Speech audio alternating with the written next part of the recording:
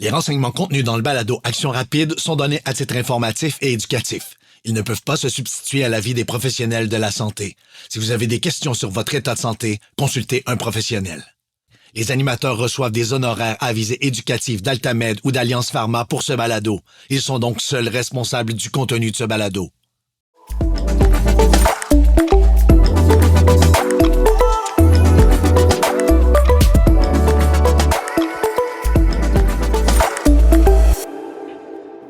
Bienvenue à Action rapide, un podcast fait par des pharmaciens pour des pharmaciens. À bout!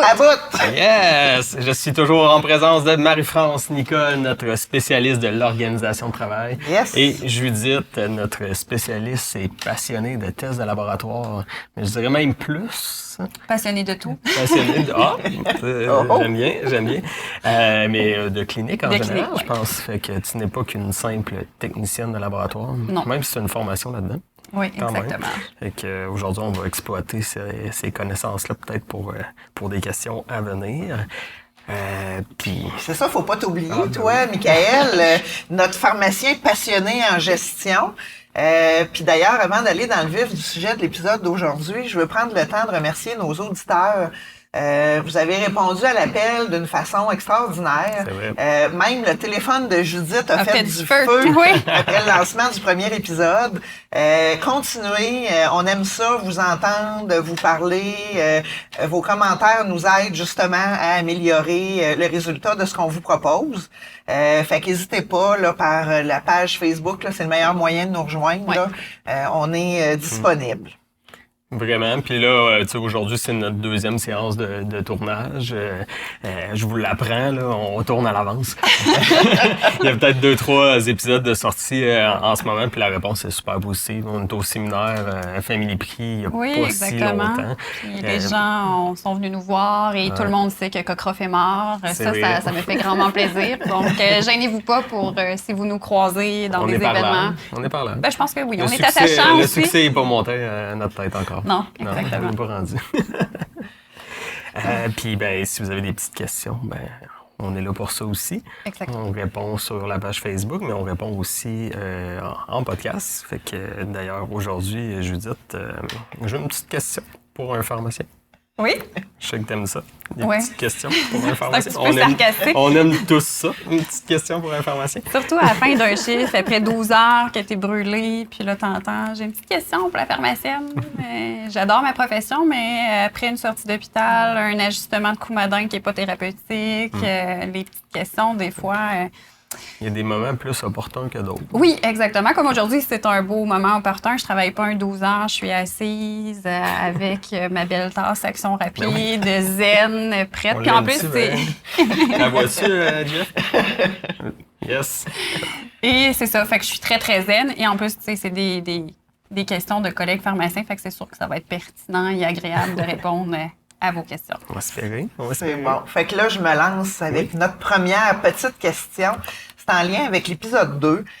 Au niveau de la gestion des tests de labo, quand on parle des ions, entre autres, avec les IECA, les ARA, les diurétiques, des fois, on a la mention du laboratoire que le spécimen a été hémolysé.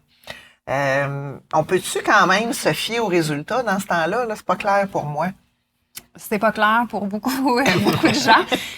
Tout d'abord, pour bien répondre, moi, ce que j'aime bien quand je réponds aux questions, c'est de m'assurer que les personnes comprennent le fondement pour après mémoriser, là, pas juste mémoriser par cœur ma réponse. Ouais. Donc, pour bien comprendre comment ça impacte les résultats, il faut savoir c'est quoi de l'hémolyse. Donc, est-ce que vous savez c'est quoi de l'hémolyse? Écoute, Sans ton latin. Là. Ouais, ben c'est ça. Le latin que j'ai pas étudié Non, t'as pas fait un cours me dit classique. que non. Mon père oui, mais pas moi. Me dit que l'hémolyse c'est probablement les globules rouges qui sont brisés. Mais encore, qu'est-ce que ça a comme impact? Ça c'est moins clair. Parfait. Tout d'abord, il faut comprendre le processus de prélèvement. Quand on fait une prise de sang, il y a certaines analyses qui vont être faites sur le sang total, comme la formule sanguine complète. Donc, la formule sanguine complète a plus ou moins d'impact, l'hémolyse. C'est plus sur les tests de biochimie que là, on fait l'analyse sur le sérum. Fait qu'on fait centrifuger le tube une quinzaine de minutes, puis là, il va avoir comme le culot qu'on appelle, qui est tous les globules rouges, et sur le dessus, il va avoir le sérum, le plasma. Quand il n'est pas hémolysé, il est d'une couleur jaune, clair, transparent. Et là, s'il y a des globules rouges qui se sont brisés, là, ça va être soit de rouge pâle, transparent, à un rouge vif. On classe ça de 0 qui n'a pas d'hémolyse jusqu'à 4+.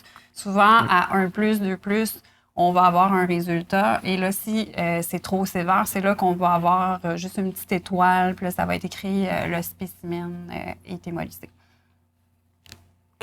Il n'y a pas d'échelle quantitative, là, c'est vraiment c'est des plus. C'est soit ils sortent le résultat ou il s'est écrit que le spécimen... ils vont sortir le résultat, mais il va y avoir quand même une petite mention que le spécimen est hémolysé pour porter attention. Mais si le spécimen est trop hémolysé, là, il va y avoir juste un petit astérix à la place du résultat, puis il n'y aura pas du tout de résultat. C'est quoi qui fait ça, une hémolyse? Il y a plusieurs raisons. Sans raison? Ben pas sans raison. Il y a toujours une raison à tout, Michael. Ah oui? Oui, toujours. La principale raison, c'est la technique de prélèvement, soit inappropriée, surtout chez les patients qui sont difficiles à piquer. Je ne sais pas si vous avez déjà vu, toi, Michael, tu vas avoir des belles grosses veines avec tous les dons de sang et de plasma que tu fais. Mais très bonne. Bon, c'est ça. Mais les patients difficiles à piquer, je ne sais pas si vous avez déjà vu un papillon, là, c'est une aiguille très, très fine avec deux petites ailes, puis là, il y a une tubulure qui se rend jusqu'au tube.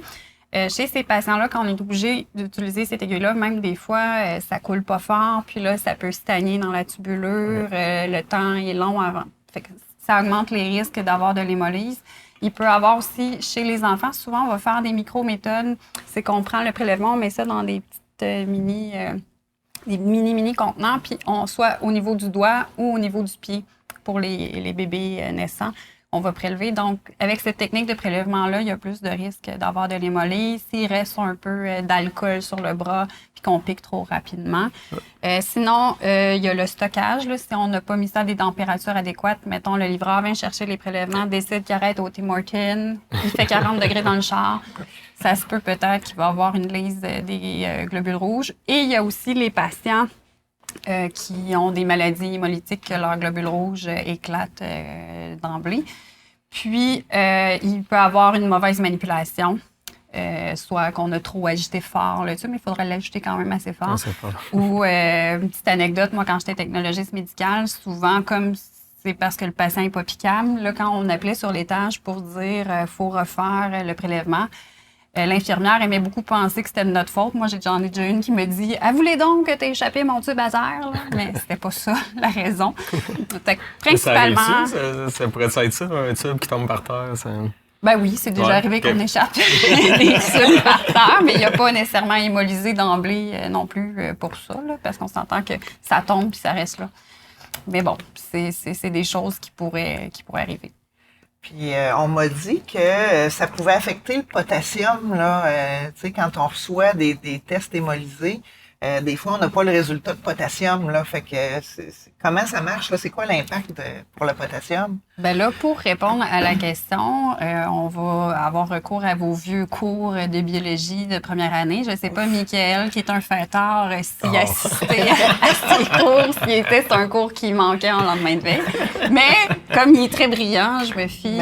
On m'a dit qu'il y avait un bac en biochimie, Michael, là. Fait qu'il a dû accrocher ça quelque part, est-ce qu'on parle des globules rouges en biochimie? Un petit peu. Un petit peu, bon. Petite affaire. Donc, pour répondre à savoir comment le potassium va être affecté par l'hémolyse, c'est de savoir est-ce que le potassium est intracellulaire dans le globule rouge ou plus extracellulaire? OK, c'est une bonne question. Bon, moi, j'aurais tendance à dire qu'il y en a autant à l'intérieur qu'à l'extérieur. Il y en a plus à l'intérieur du globule rouge, ce qui fait que quand le globule rouge va éclater puis ça va s'en aller dans le sérum, là, ça peut faussement augmenter le résultat de la calémie. Okay. Ça, c'est comme quand on mange trop de bananes. Exactement. Exactement. Ça a plus d'impact ou moins d'impact que de manger? Ça dépend toujours combien de bananes. Tout est relatif au nombre de bananes dans la vie. C'est bon. Puis comment on détermine ça, si le spécimen il est trop hémolysé ou pas? C'est quoi là, l'impact que ça a? Ben nous, comme pharmaciens, on n'a pas à se poser la question parce que, comme je disais, ils vont mentionner que le spécimen, ils vont même pas quantifier de combien ça a interféré.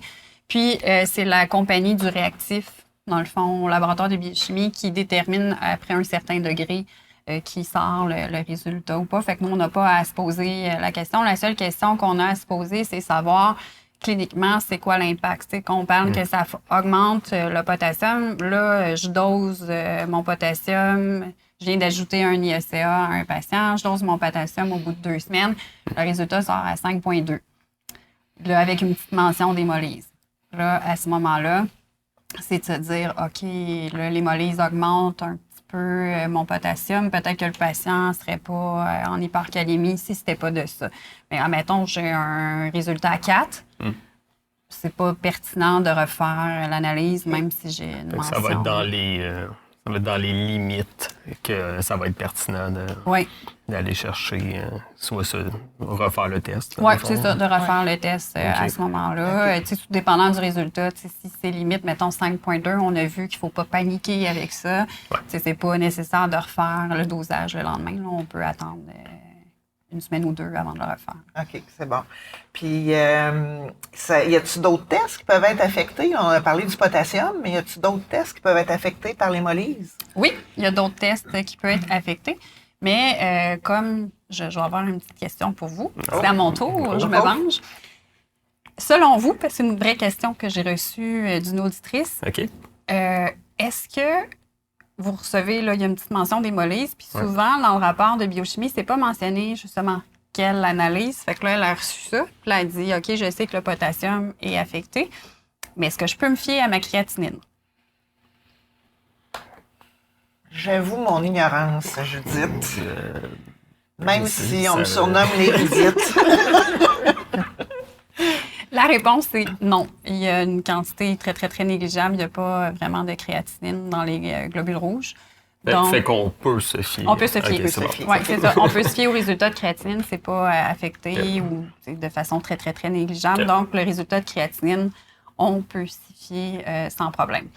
Les tests, il y a plusieurs tests parce que si vous allez relire vos notes sur le globule rouge, il y a plusieurs choses qu'on retrouve dans un globule rouge. Mais nous, comme pharmaciens, qu'est-ce qui a des impacts, les analyses qu'on prescrit souvent? Il va y avoir l'AST, le fer, l'acide folique, le magnésium, le phosphore et notre fameux potassium. Fait que c'est les principaux éléments là, qui peuvent être faussement augmentés. Est-ce que la B12 est influencée aussi ou il n'y en a pas dans le... Dans la B12, non. Il n'y aura pas d'interférence au niveau de la B12. OK. Puis, tu parlais de l'AST. Généralement, on prescrit comme plus l'ALT présent. Oui, parce que l'ALT est plus spécifique au foie. Fait que nous, comme pharmaciens, l'AST est moins pertinent. C'est plus les médecins qui vont demander l'AST, l'ALT, souvent en combinaison. L'ALT est surtout concentrée au niveau hépatique et musculaire, moins dans le globule rouge. Il y en a quand même une quantité, mais c'est pas assez. Ça pourrait avoir une légère interférence, mais pas assez pour que ce soit significatif. On peut continuer de se fier à l'ALT, il n'y a pas de souci là-dessus. Oui, exactement. OK, c'est bon. Puis là, on a parlé beaucoup d'hémolyse. Et là, on a une question de l'auditoire en direct qui nous demande s'il y a aussi de l'hémolouise. Comment tu nous réponds à ça, chère Judith? Ben moi, je répondrais que clairement, notre producteur n'est pas pharmacien. OK. Sur cette belle question, je pense que ça conclut. Ben, ça montre qu'on n'a pas toujours des questions pertinentes. Ben, une petite question, il en glisse une de temps en temps. Une autre question qui me vient... Qui était plus pertinente, ça vient d'un auditeur? Oui, c'est ça. Ben, un auditeur un peu, c'est mêlé. Hein, il y en a de moi, parce que je fais semblant que c'est un auditeur. Mais, l'hémoglobine en anémie, Ouais. L'hémoglobine glyquée. Oui. Ça doit avoir un impact, mais on dirait que ça me vient pas. C'est comme quelque chose à chaque fois. Je suis comme, me semble, tu sais, l'anémie baisse de l'hémoglobine. Mais je suis surpris parce que comme on est amis, tu m'as jamais texté parce que le nombre de pharmaciens qui m'ont texté dans la dernière année avec cette question-là, c'est assez phénoménal. Et cette question est le bel exemple de parfois, on a une petite question, les réponses sont longues et complexes. On peut pas répondre comme ça, OK, Judith, j'ai un patient anémique, est-ce que je peux me fier à mon résultat d'hémoglobine glyquée? La réponse est beaucoup plus longue. Tout d'abord, il faut savoir c'est quel type d'anémie. OK. Si on ne sait pas c'est quel type d'anémie, on ne peut pas répondre à cette question-là. Fait que si la majorité de nos patients, souvent, c'est une anémie fériprive. OK. Donc, une anémie fériprive peut faussement augmenter l'hémoglobine glyquée selon OK. son intensité. Puis comment ça? L'impact que ça a, pourquoi c'est faussement augmenté, c'est que lorsqu'on a une anémie fériprive, la durée de vie des globules rouges est plus longue. Donc, comme la durée de vie est plus longue, ça laisse plus de temps à la glycation. OK. Donc, c'est pour ça que... Ça fait monter le pouls. Oui. C'est ça, le sang est exposé plus longtemps au taux de sucre élevé. Oui, C'est exactement. ça? Mais là, on donne l'exemple du fer, mais il y a, dans certains cas, certaines anémies, ça va être faussement diminué. Par exemple, on revient encore avec notre hémolyse, un patient qui fait une anémie hémolytique. Là, ces globules rouges vont durer moins longtemps parce qu'ils vont éclater. Et là, souvent, la moelle va compenser en faisant des nouveaux globules rouges. Donc, qui dit bébé globules rouges, il y a moins de glycation. Même chose chez un patient qui vient de recevoir une transfusion sanguine. Là, c'est des nouveaux globules rouges. Donc, ça pourrait faussement diminuer l'hémoglobine glyquée. Il y a chez nos insuffisants rénaux qui reçoivent de l'érythropoïétine, de l'Aranesp, qui stimule la production. Fait qu'un patient qui vient de recevoir son injection d'Aranesp, ça se peut que le résultat soit faussement diminué. OK. Mais comment est-ce qu'on va gérer ça concrètement là, pour savoir si ça a de l'impact ou pas? Là? C'est quoi qui va nous dire si ça a de l'impact? Bien, c'est surtout l'intensité de l'anémie. Donc, si c'est une anémie qui est légère, l'impact n'est pas très significatif. Si on tombe à une anémie modérée à sévère, comme pour donner un exemple avec l'anémie fériprive, parce que là, on a un patient qui a une anémie modérée à sévère, ça pourrait affecter à la hausse de 0,5 à 1 %, ce qui est quand même pas négligeable. Oui, oui. Puis, savez-vous comment on fait pour savoir si c'est modéré ou sévère? Instruis-nous, j'imagine que c'est des cibles, des valeurs, des intervalles. Instruis-nous. Donc, on va parler d'une anémie modérée en bas de 100 grammes par litre. Puis, on va parler d'anémie sévère en bas de 80 grammes par litre. Donc, en haut de 100, on peut se poser la question. Puis aussi, c'est de voir, là, mon patient, mettons, c'est une anémie fériprive. Là, il vient de recevoir son Venofer ou tout ça. Là, on peut se dire, OK, je vais refaire mon hémoglobine liquide là, dans 3 à 6 mois. Peut-être que l'anémie va s'être corrigée. Puis, tu sais, c'est rare que c'est une question de vie ou de mort qu'il faut gérer ça tout de suite. Si j'ai une anémie sévère, mon patient, il a une hémoglobine à 90 grammes par litre, ben puis là, j'ajuste de l'insuline. Là, ça serait plus pertinent de prendre ces glycémies au lieu de prendre de l'hémoglobine liquide. On retourne à la bonne vieille glycémie capillaire avec la bandelette. Oui, exactement. Où on regarde avec les freestyles. Oui, c'est ça, là, que là, on peut décider d'ajuster en attendant que l'anémie va se corriger. Fait que, il faut regarder le portrait global, de voir, il faut absolument trouver c'est quoi la cause de l'anémie. Là. OK. Puis, c'est vrai, tantôt, vous m'avez posé la question là, par rapport à la B12, comment ça impactait. Là. Oui, OK, oui. Oui, il était là. On dirait que tu lis dans ma tête, c'est pour ça, mais au dernier épisode, on parlait je sais pas si c'est le dernier, mais en tout cas... oui, c'est le dernier. Oui, ça remonte déjà. Oui, on parlait du diabète. Le metformine, qui est un médicament couramment utilisé en diabète. Oui, exactement. C'est partie des médicaments qu'on voit souvent. On sait que ça influence la B12. Oui, exactement. Que ça peut causer de l'anémie macrocytaire aussi.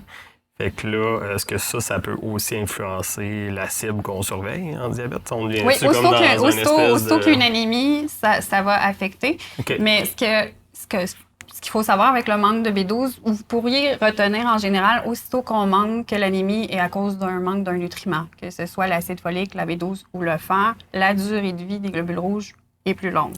Donc, ça va avoir le même impact. Mais là, le bémol, puis que là, ça devient plus complexe, là, puis c'est là qu'on voit que l'anémie, c'est complexe. C'est pas parce que j'ai une anémie macrocytaire que ça veut nécessairement dire que je manque de B12 ou d'acide folique. OK. Ça peut être un problème hépatique, une cirrhose, puis là, qui va faire que le VGM va être élevé. Puis même des fois, c'est accompagné d'anémie hémolytique. Et là, l'anémie va être macrocytaire, mais ça va pas faire que les globules rouges vont durer plus longtemps. Donc, c'est pas de prendre pour acquis parce que j'ai une anémie macrocytaire que nécessairement ça va augmenter mon hémoglobine glyquée. Et quand on parle d'anémie macrocytaire, comment on fait dans une formule sanguine pour voir que c'est une anémie macrocytaire? Le VGM! J'ai des élèves modèles. Où je suis bonne pour enseigner. Mais tu viens de le dire il y a à peu près... Oui, tu nous as donné un indice dans ta dernière intervention. Mais en tout cas, merci Judith, c'est vraiment intéressant. Puis je comprends encore mieux le fait que la petite question souvent va ouvrir des portes qu'on soupçonnait même pas à l'origine. J'imagine que ça va éclairer aussi beaucoup de nos pharmaciens. Mais là, je voudrais revenir au concept de la petite question, puis je me tourne vers toi, Michael. Yes. Au niveau opérationnel, comment tu gères ça, là, la fameuse petite question? Hey, monsieur le pharmacien, j'ai une petite question vite. Ben, tu sais, on a commencé à instaurer des procédures par rapport à ça. Dans l'idéal, on essaie que 100% des conseils passent par l'accueil puis qu'ils soient pris en charge par une ATP qui a été formée. Mais c'est sûr que présentement, notre cœur de pharmacien voudrait prendre en charge tout de suite le patient, fait que on échappe encore un peu. Là. Surtout chez toi, ton poste est tout de suite à côté de l'heure de consultation. Des fois, les lieux physiques nous aident pas non plus dans cette gestion-là. On est beaucoup exposés. Peut-être un ancien modèle qui perdure dans le temps, là, mais effectivement... Puis c'est ça, t'as raison, hein, on devrait viser à ce que 100% de nos demandes de consultation ou de petits conseils, puis tu sais, je pense qu'il faut enlever ça de notre vocabulaire à tout le moins, le petit conseil. Ça devrait toujours passer par l'accueil, que le patient ait un dossier chez nous ou pas. S'il y a déjà un dossier chez nous, ben l'idée c'est de mettre à jour son dossier et d'amorcer la collecte de données. Puis idéalement, la collecte de données avec un outil uniforme. Soit un formulaire papier, un truc électronique ou même une application. Il y a différents outils qui sont sur le marché, qui sont super bien faits, puis qui même peuvent s'adapter à la condition du patient. Ça vaut la peine d'utiliser ces outils-là. Puis l'idée, c'est que en faisant une ouverture de dossier pour un patient qui n'aurait pas de dossier chez nous, ça nous donne accès au DSQ. Fait que déjà là, je pense que tu avais un exemple, Judith, là, de surprise au DSQ. Moi, c'est mon plaisir parce que, comme on mentionnait au premier épisode, je me promène dans divers milieux. Puis moi, je suis très, très, très stricte. Pas de dossier, pas de petites questions à Judith, là. Ça me prend un dossier. Puis là, des fois, les ATP qui n'ont pas ça dans la procédure me trouvent sûrement gossante là, avec ma demande. Et ce que j'adore faire, c'est qu'une fois que, là, en soupirant, ils ont ouvert le dossier du patient, puis qu'ils arrivent à moi, puis que là, justement, c'est pour un petit rhume, là, que c'est bien facile. Puis là, le patient a répondu qu'il prend pas de médicaments, et bang, ouvre le DSQ, puis là, je dis à l'ATP, viens ici, j'ai quelque chose à te montrer, puis là, on voit le patient prendre des pompes. T'sais, on peut pas se fier à ce que les patients racontent, puis ça permet de faire un service plus professionnel. Puis une fois que l'ATP a pris conscience de ça, on dirait qu'elle trouve ça moins pénible, puis elle comprend la pertinence de créer le dossier. Effectivement, puis je fais du pouce sur l'aspect professionnel. Tu sais, des fois, on a des patients qui peuvent être impatients. En tout cas, moi, ça m'est arrivé déjà, que quand on commence à poser des questions, ouvrir un dossier, ça soupire, puis bon, c'est plus difficile. Mais le fait d'avoir un outil standardisé, le patient, il voit que ça fait partie d'une procédure. Il y a une approche qui est plus professionnelle du fait d'avoir un outil. Fait que ça aussi, ça aide là, à placer ces choses-là, puis à habituer notre clientèle aussi. Fait qu'il y a un besoin de habituer notre clientèle, puis un besoin de former nos équipes là, davantage. Je pense que ça passe par la formation aussi de poser la question, de bien la poser. La fameuse question allaitement grossesse qui est souvent oubliée comme par hasard par les ATP. Il y a des bonnes façons d'amener. Il y a des bonnes d'amener. façons de le dire. Puis surtout quand on lit un questionnaire, pour la patiente qui est devant, elle n'a pas l'impression qu'on a jugé. Elle se dit pas, je suis grosse, il me demande si je suis enceinte. Exact. C'est ça, tu sais, on arrive à cette question-là, on la pose, fait que ça normalise un peu la question, effectivement. Et après ça, je pense que c'est de créer l'habitude aussi. Fait que, nous, on a mis une pancarte à l'espace conseil, on essaye de réorienter, même si on échappe de temps en temps, mais c'est de créer l'habitude parce que le patient qu'on va gérer en exception, la fois d'après, va vouloir revivre cette même expérience exceptionnelle-là. Un service VIP. Ouais, exact, parce que lui, il peut parler au pharmacien directement, tandis que si on lui donne déjà la bonne habitude d'aller voir à l'accueil, de prendre le temps, puis si sa question ne mérite pas 2 minutes de questionnaire, c'est probablement parce qu'elle ne mérite pas 2 minutes du pharmacien non plus. Exactement. Effectivement, je pense que si on veut que les gens perdent l'habitude de la petite question, je pense qu'on est les premiers à être l'ambassadeur de la bonne pratique, là, de faire une bonne collecte, effectivement. C'est d'accorder une valeur aussi à l'opinion pharmaceutique du pharmacien. Tout à fait. Avec 67 qui s'en vient, je pense qu'on va être encore plus sollicité. Fait que si on n'est pas capable d'attribuer cette valeur-là au client puis qu'il pense encore qu'on est du fast-food, on s'en sortira pas. Totalement d'accord. Non, c'est bon.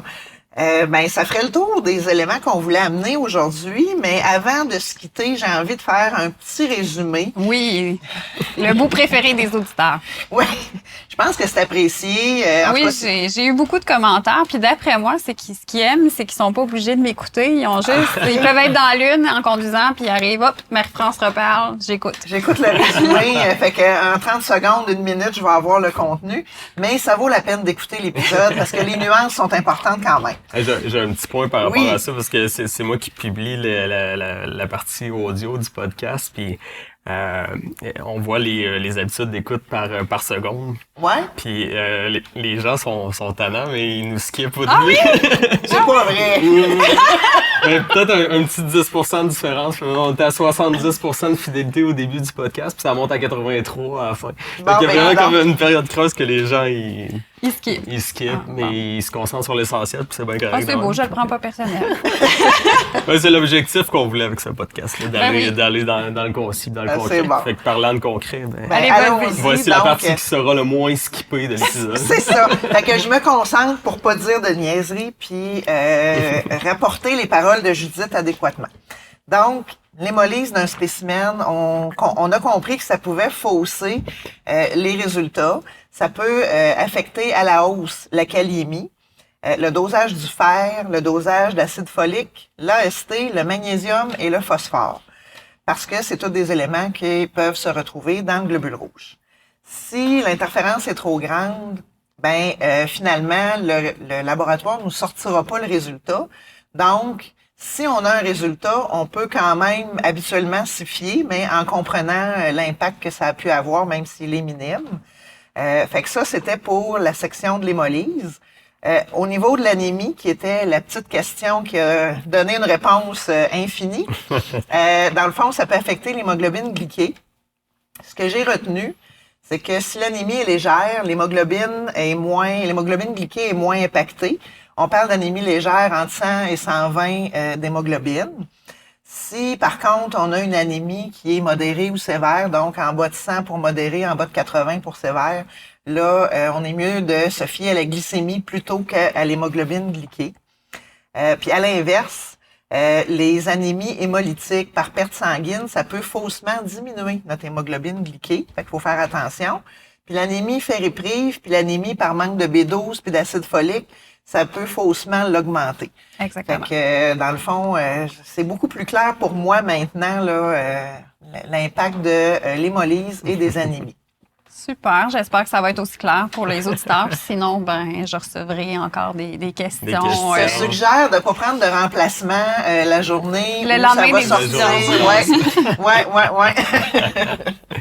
Écoute, je pense que ça fait le tour. Je sais pas, on est à combien de temps? Sais-tu? Là, on est à 30 minutes, mais on a tout le début. Ouais. On a 5 minutes. Ouais, c'est ça. Fait qu'on est à moins de 30. Bon, vous comprendrez qu'il y a un régisseur là, derrière la caméra. Fait que, ben, ça conclut notre 4e épisode. Puis, encore merci de merci à vous. continuer Merci tout le l'aventure. monde, c'est le fun. C'est un plaisir d'être là avec vous autres. La nuit passée a été courte, mais c'était pas à cause de mon bébé, c'est parce que j'avais hâte d'être là aujourd'hui, puis que je relisais le texte et que je faisais des ajustements à mes notes, puis fait que je suis vraiment content, puis je trouve On a beaucoup de plaisir. on a un beau résultat que je suis fier, puis que je suis pas gêné de présenter aux autres. Je me vante un peu, mais Ben oui, c'est ça. honnêtement, on fait une bonne job. Ouais. C'est bon. Fait que, Oui. j'espère que vous appréciez autant que nous. Puis je souhaite une bonne journée, une bonne soirée, un bon retour au travail, une bonne entrée au travail. On ne sait pas où vous êtes dans votre auto en train de faire du ménage, mais écoutez-nous en grand nombre. Merci beaucoup. Merci. Merci.